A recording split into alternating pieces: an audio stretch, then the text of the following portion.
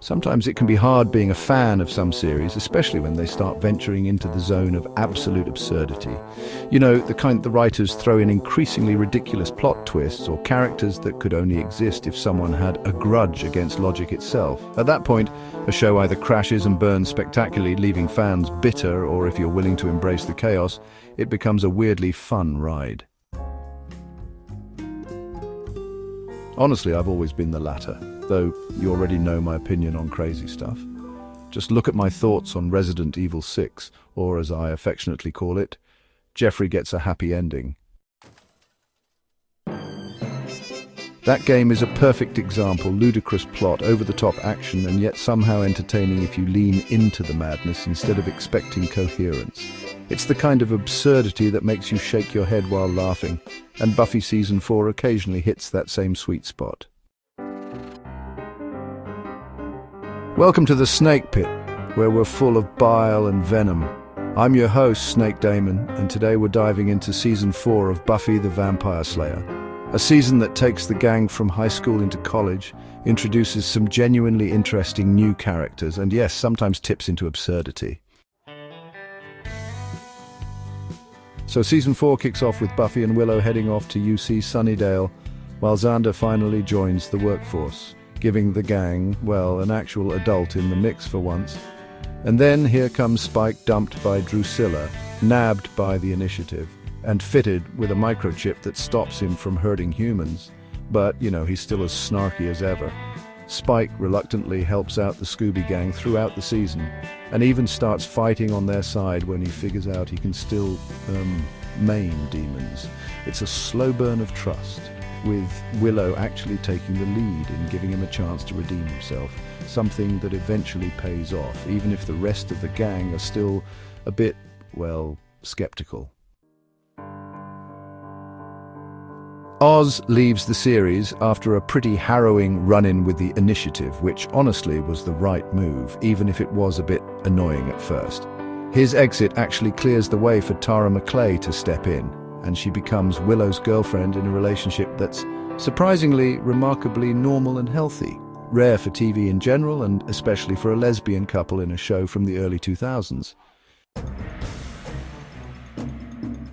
Tara's quiet intelligence and her natural chemistry with Willow make their romance feel properly earned, not just, fetishized for the sake of it. In a modern DEI-obsessed show, Tara would probably get lost in the crowd, but here she's treated like a real character with actual depth. Xander's arc is another highlight. Gonan is the whiny teenage boy. Now we have a grounded, adultish townie whose snark works beautifully. His relationship with Anya Jenkins, formerly a vengeance demon, is hilariously awkward and surprisingly endearing. Anya's social ineptitude perfectly contrasts with Xander's grounded sarcasm, making their dynamic one of the season's quiet victories. Buffy herself starts dating Riley Finn, a grad student who's also part of the Initiative. Their relationship kicks off with Buffy being drawn into the organization's mysteries, only for her free-spirited independence to clash with Professor Maggie Walsh's military-style control.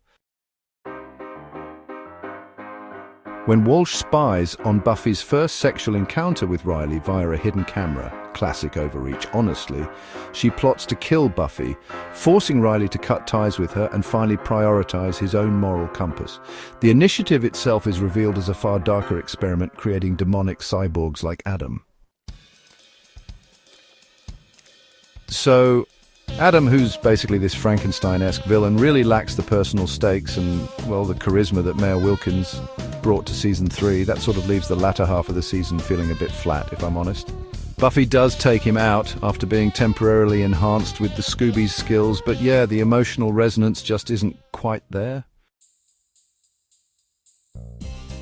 Still, the way the season moves from mystery to revelation is actually pretty clever, and the Initiative's integration with college life makes the conflict feel, more organic.